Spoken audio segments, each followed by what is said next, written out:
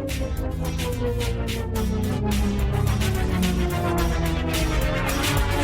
Dave, Hey, how's it going? I'm doing pretty good. I'm a little fatigued today. Why is that? I could really use some coffee because I had a top secret mission today All right. and I had to drive to Oklahoma City and back today, 7 hours. So I'm a little groggy. I could use a little caffeine. Yeah. Yeah. Well, why did you have to drive back and forth? Well, I had to deliver Dancing Ferris to Jake and Kate. Do you want to tell them what that's all about? So Dancing Ferris is a Funko Pop, which is basically modern day like Beanie Baby that people buy all these little things. And it's been going back and forth between Scott and Jake for a while now. And we slip it in different ways to get it different places. But we decided to take matters into our own hands today. And the kids have been here this week, and Scott decided to literally get up this morning, tell the kids that he was working in Dallas, drive to Oklahoma, put this on their porch, and then drive home. They were 2 hours behind him driving home today themselves. And so when they got there, they couldn't believe that Dancing Ferris was on their porch. The shock value was well worth the fatigue I have right now. But you need some coffee. I do. Boy, do we have a place for you. We like to go visit coffee shops. For a while there, we were going like almost pretty every Sunday, and just like trying different ones. And I think you're more into the coffee maybe than I am. Yeah. I'm into the vibe of the place. Like, is it comfortable and can you hang out here? And so I think I look at the vibe and you're more into the coffee. Yeah, and we like to do the different little videos on different places. And we found this great one. We did. Main Street in Mansfield. We did a reel with it because it's so unique. Yeah. And the thing is it like meets both of our needs. Like the coffee was really good. It was really good. Really good. You liked it. And actually took other people there and they were all like, everything they had was so good. I feel like that's unusual. And then the decor.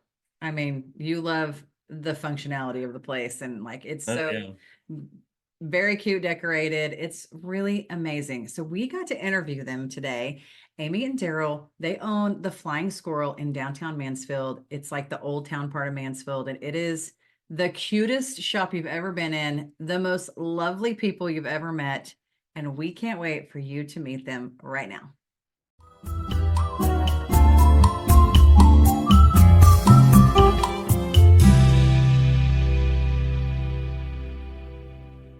Well, thank you guys for joining us. We love your coffee shop. We've been there a few times. It's obviously not out our back door, but we do make the drive over there because it is so great. We actually used to live right on Broad, right behind there. So we're familiar with the area, the Main Street area. So yeah.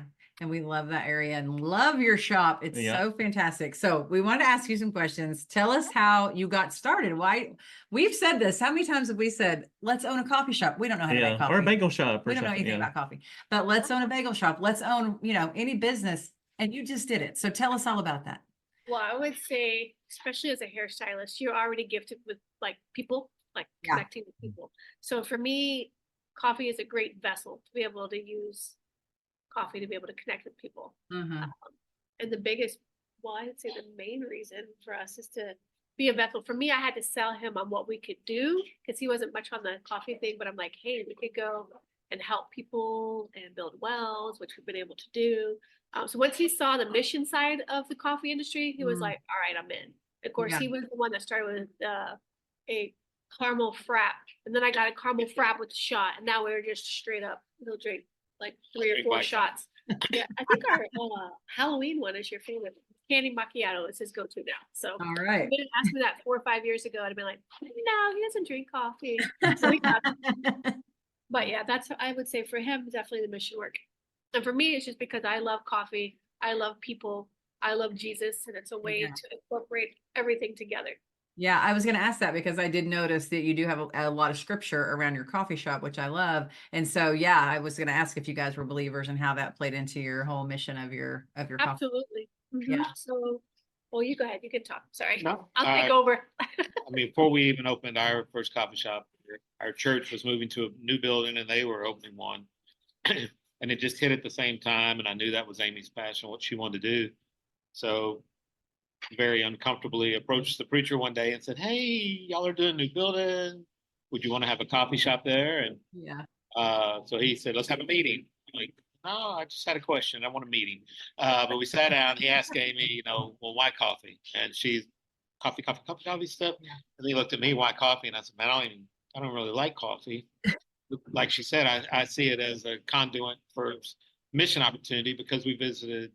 There's a Christian book by Mark Patterson that Circle maker. Circle maker. Mhm. Yeah. so our church had done that, and part of the whole thing with that was this building that they wanted that used to be a fire station that ended up being a coffee shop. And when we visited it, they had pictures on the wall of wells they had dug and Farm. or drilled, and yeah, all these farms they were helping. I thought, man, how cool to be able to do that one day, Yeah. and have no clue that within 4 years we would be able to do 2 of them. So Wow. it's been awesome. That's crazy. And where did you do those? Where? In Kenya, we actually, Okay. her and I went on a mission trip years ago to Oaxaca, Mexico. But last year we went but prior to us going, we had donated some money through the coffee shop to dig a well. Mhm. And then we went on mission to Kenya last year and actually got to go to the church/school where that well is and just meet those people. And then I don't even think we're back on the ground in the U.S. And he was like, "We're doing another. We're doing another." Yeah. Well, Where in Kenya where in Kenya were you? Nairobi. No, Okay. so Kisumu, actually Okay. south of Kisumu. So you go south from Nairobi to Kisumu, and then they're even further south. It's probably only 10 miles, but it's an 8-hour drive. Oh yeah. Yeah. Because Yeah. my youngest son and I went, gosh, probably 6 or 7 years ago to Kajabe, Okay. and we did some baseball clinics there. We were trying to teach the kids how to play baseball. Yeah. At the orphanage. So Yeah. Yeah, I took a football with me, and they kept kicking it like a soccer ball. exactly. Yeah. We could get them to catch it, but then they would throw it down and kick it back to us. So we Yeah. had to figure out, hey, you're supposed to throw it back to me. So Yeah. we figured it out quick though. So What's the ministry that's building the well? Like, who are you partnering with? So it's House for a Home. It's actually one of our associate pastors. His son is a realtor, and with every home that he sells here, he takes a portion of that and builds. I mean, it only costs a few $100s, but builds a home in that area of Kisumu and in Kenya. Mhm. And so we were. I mean, the house thing is amazing. We've been able to help with one of those, but just something about the coffee and the well just was Yeah. something that really was hit home for us. So we asked him, and he partnered with a group that's already there called Nourishing the Nations, and through them we were able to get the money over there, and it's kind of hit or miss as far as the cost, anywhere from about 5,000 to 8,000. Yeah. Just how depends on what they hit when they start drilling. Yeah. that's cool. awesome. Yeah. A friend of ours I don't remember the name of Corey's mission, but they have a purification system for water that they take to Kenra's hair color. Yeah. I literally She literally came I in from just work. literally So walked in from work. I Yeah, got it's hair hair on the products brain. I like Hope Riot, the hot purple. yeah. Those are my Pop favorite. Riot's good. I That's ran a good spa before this, so I got Pop Riot's good. Anyhow, they have a purification system where that they tell the story of the gospel by purifying water kind of in front of them, like and showing them like how that process works. Anyways, it's pretty cool. I don't remember the name of it though, but yeah. It was neat. We got to go so the well that was drilled is right next to a church/school. And so we got to go there, and we met the preacher from that church. He was one of the 5 preachers we partner with over there. And so we're all introducing ourselves, and I'm like, "This is Amy. This is the flying squirrel." And he just stops, and that was cool. because we pictured providing water to a place where they have dirty water, so it's neat to be able to give clean water, Yeah. but just didn't even take it to that next level. And he's like, "Well, here's the deal. We provide water for 400 families, so that's about 2,000 people a day." Wow.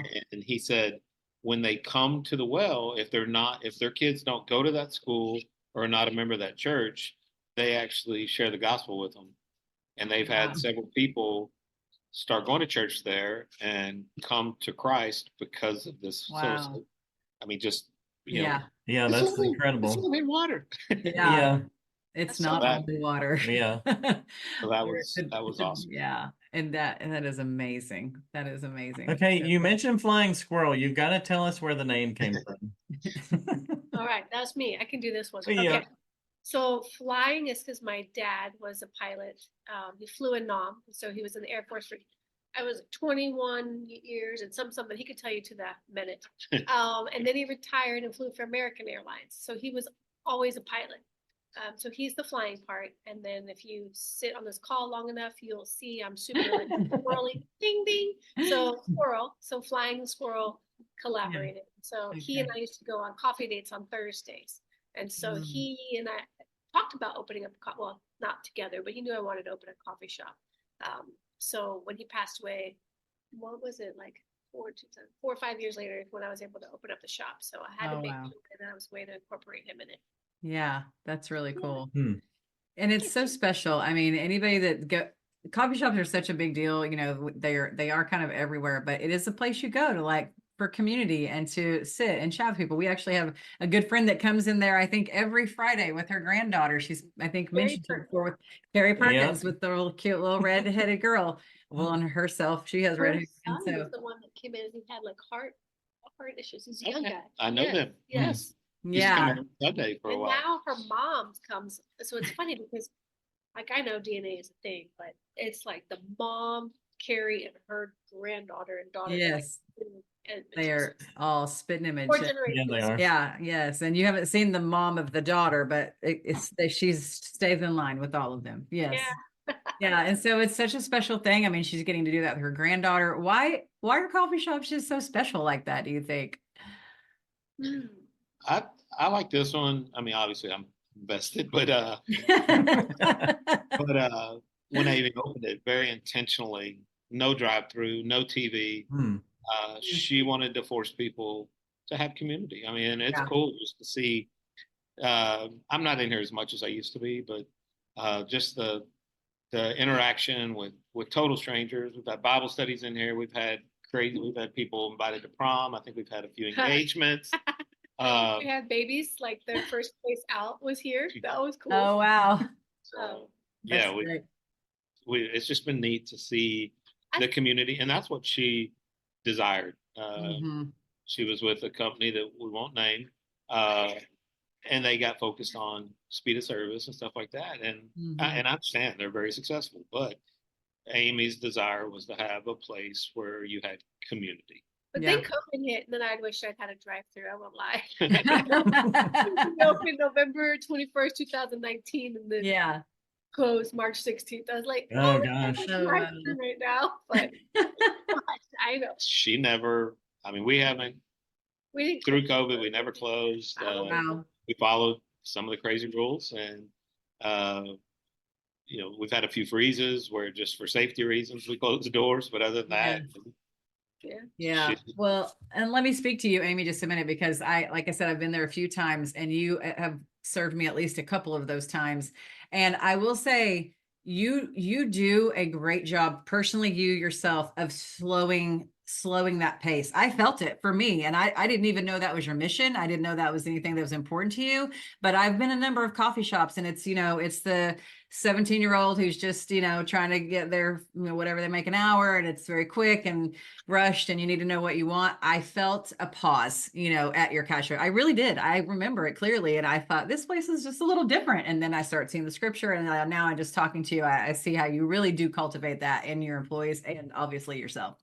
Yeah, I've been very, very fortunate. Like, there is not a person on this team that I don't feel doesn't like genuinely want to connect and get to know the person on the other counter.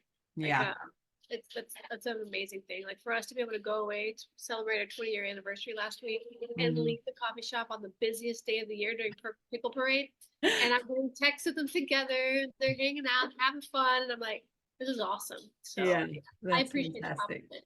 Yeah. What were you celebrating? Our 20-year anniversary. Oh, congratulations. Okay, can you tell us real quick how you met? I love to hear how people met. So how did y'all meet? The paint department at Home Depot. Really?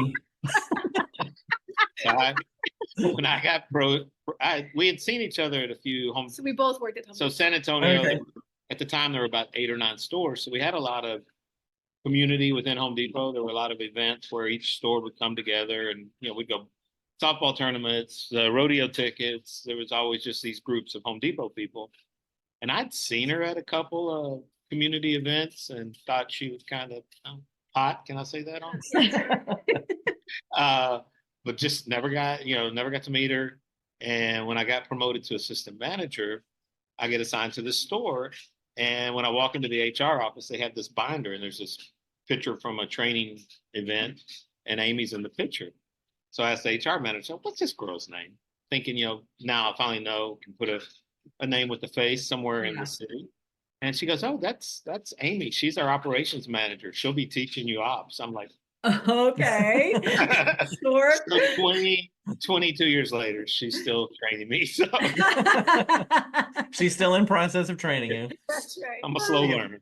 That's That's fantastic. Yeah, that's okay. So you mentioned Home Depot, and when you go to Home Depot, you like to build things. Mhm. So you've got to tell me you have some really cool furniture in your store. Like there looks like an airplane wing, and there's a booth that looks like it's part of a jet engine or something. Mhm. So where did these things come from? Who built them? Kind of explain where this unique furniture came from. Different things. Yeah, so we had found a lady in Roanoke, Texas, and she had like a repair place. So if they couldn't fix the airplanes that were coming in, she would like salvage, is that how you do it? Fix it, change it into furniture, and sell it for crazy money. So that was where the first two pieces were because they were so expensive.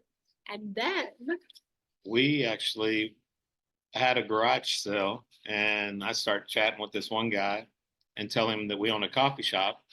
And he's like, oh, what's the name of it? I said, Flying Squirrel. So then we start the whole discussion of why it's the Flying Squirrel. Well, he works in Mansfield, and he is the boss for a company that they have a contract with Department of Defense and with Boeing. And same thing, when they either repair it, or if it's beyond repair, they just have to junk it. So he's like, I've got stuff I can give you. Oh, And I'm wow. like, you said give. I The heard first lady, her stuff was art, and it was art prices. So I'm like, give is my language. So yeah. we went over there, and in hindsight, I realized we were helping him out because we took some junk that he would have had to get rid of off his hands. But I had an amazing chief of police that I worked for that could build and do anything, and he built the wing that is right there at the front. He did all that. The booth that we turned in, or the jet engine that we turned into a booth, he was able to do that. So metal, wood, he could work magic. So I worked at Home Depot, but I didn't pick up those skills. I outsourced. During COVID, so we're sitting there like, I call my son, what grade was he in at that time? I don't know, 2020, a freshman? Yeah, he was a freshman. So we're sitting in here and it's just he and I, and I was like, all right, if you'll help me with labor when people do come in, I'll one day buy you those Jordans you want. So we call them the COVID Jordans, right? So eventually we opened back up. But he and I were sitting in here, and Chief Mentor drove up with this trailer. And you're already all bummed because it's COVID. And there's like, this shining, cool art display. He wouldn't take a penny. He donated it all to us and did an amazing job. So I'm forever grateful.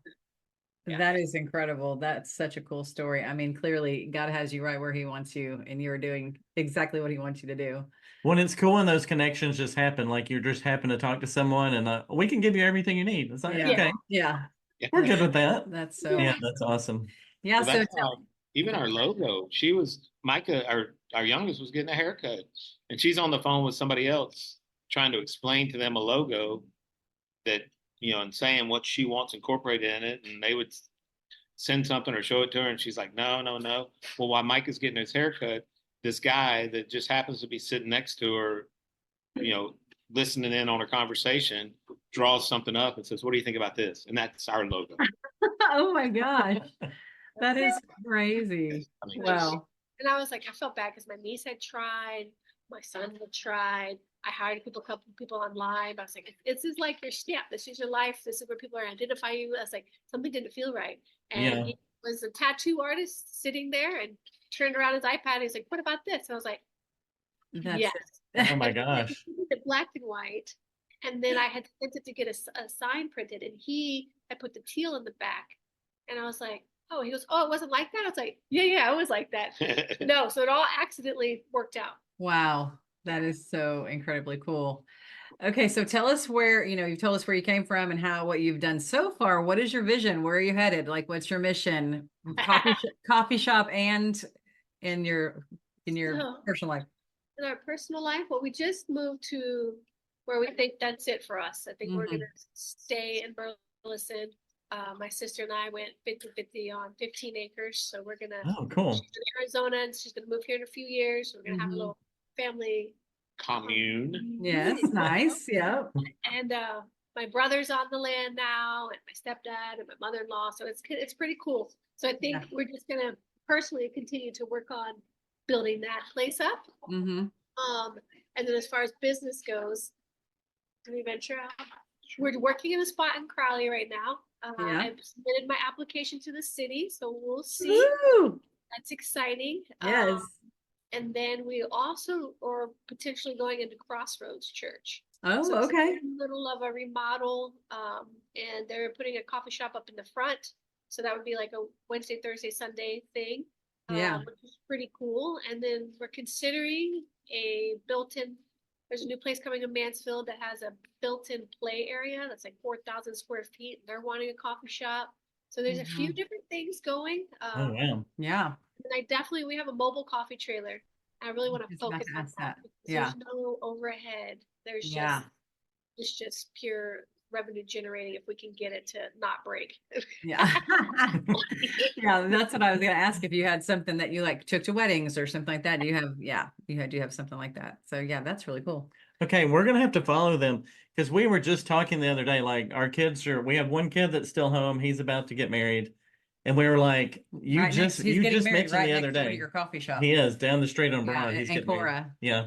Yeah. He's So where? he's getting married at Ancora. Oh, yes. Yeah, Okay. right around the corner. Yeah. Mhm. So you had just mentioned we should get a bunch of land and just all the kids build a I house. said So that. we'll keep track of what y'all do. I don't know. See how it works out. They Give you might. we give you the positives and the negatives. That's Yeah, right. We exactly. can know what we're going into if we do it. Or we just occupy one of their corners. They never know we're There you there. go. I mean, come on. We're hardly home. Are they related Yeah. to you? Yes. Yes. Also Great free hair. words, I can thank you. offer free hair to this situation. Well, Well, one of them Not needs that- it, the other one Not that doesn't. he needs Yeah. it. Okay, how you many did. kids do you guys have? Do what? We have 3 boys. 3 boys. Yeah. We have 3 boys. They are 25, 23, 21. Yep. Yeah. So we're just at the 2 are very, about to be married off, and 1 lives in Colorado, and mostly he lives in a tent. yeah, Yeah. and he's a kayaker He's and the raft guide. Yeah. and so Yeah. yeah. So we're just at we're at a weird crossroads where we're just trying to figure out like where God wants us to be next. So Yeah. yeah. So you mentioned starting a business during COVID, basically, and you have a small business. So for those people out there that are crazy enough to want a small business, what are some of the highs and lows, and what's some advice you can give someone that has that dream of starting something?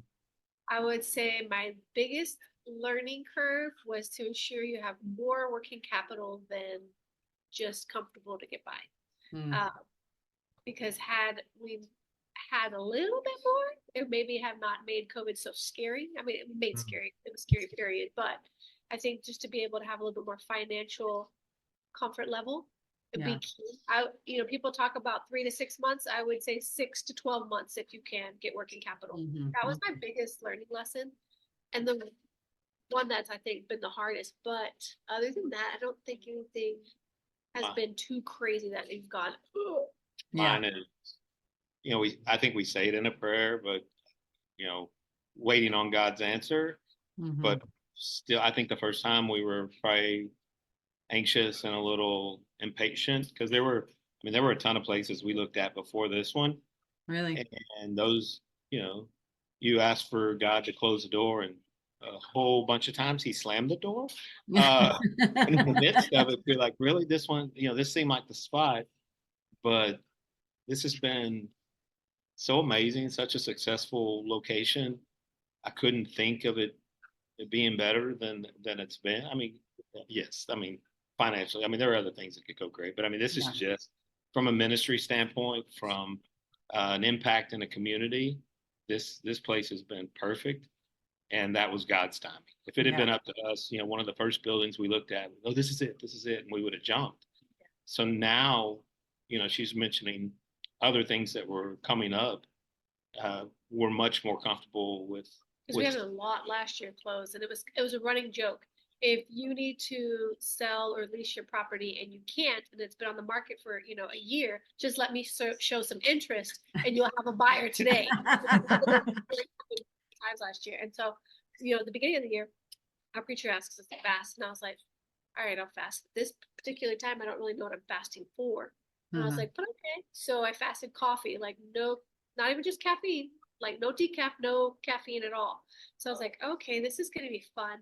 And then all of a sudden, 3 new opportunities that I never would have pictured going into a mega church. I would have never pictured going into a possible playground. I was always thinking Burleson was my next spot, but then maybe Wilson. Nothing is locked in yet, so I don't really want to say that it's a sealed deal, but it's closer than it has been in the last year of searching for new opportunities. Yeah. We all want God's answer to be yes, but a lot of times it's no or wait. And just for people to, when you pray that, mean it. And again, rejection's okay. When he closes door, it stings. But I look back and I think about, we had looked at a place on Cannon that we almost went into, and they're already open and closed, already gone. And I'm like, wow. You just saved me from that. Or, so now I'm really even more trusting that when those doors close, he's protecting me from something else. So yeah. Don't look for the flesh, look for the spirit to guide you, or we would have 6,422 coffee shops at this point. And a lot of debt. And no money. Yeah, that's the scary part. Yeah. Articles about people opening up with no money. I'm like, show me how. But I tell you what, to go back to your COVID question, opening up during COVID, this community was unbelievable. We had, I'll put his name out there, Scott Bowman would come in just to support us because we were that small local business that was trying to do it. And he'd come in one day and buy, a gift card. I won't say the dollar amount in case his wife's listening.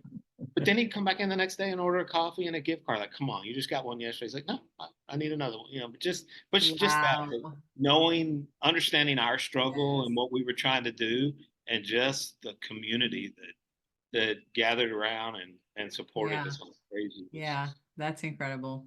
So really what I heard here is be prayerful, be prepared, and then be flexible. Very much. Yeah. Be ready to pivot. That was my 2020 word. If I learned anything, pivot. Okay. Let's try this. What's next? Yeah, that's fantastic.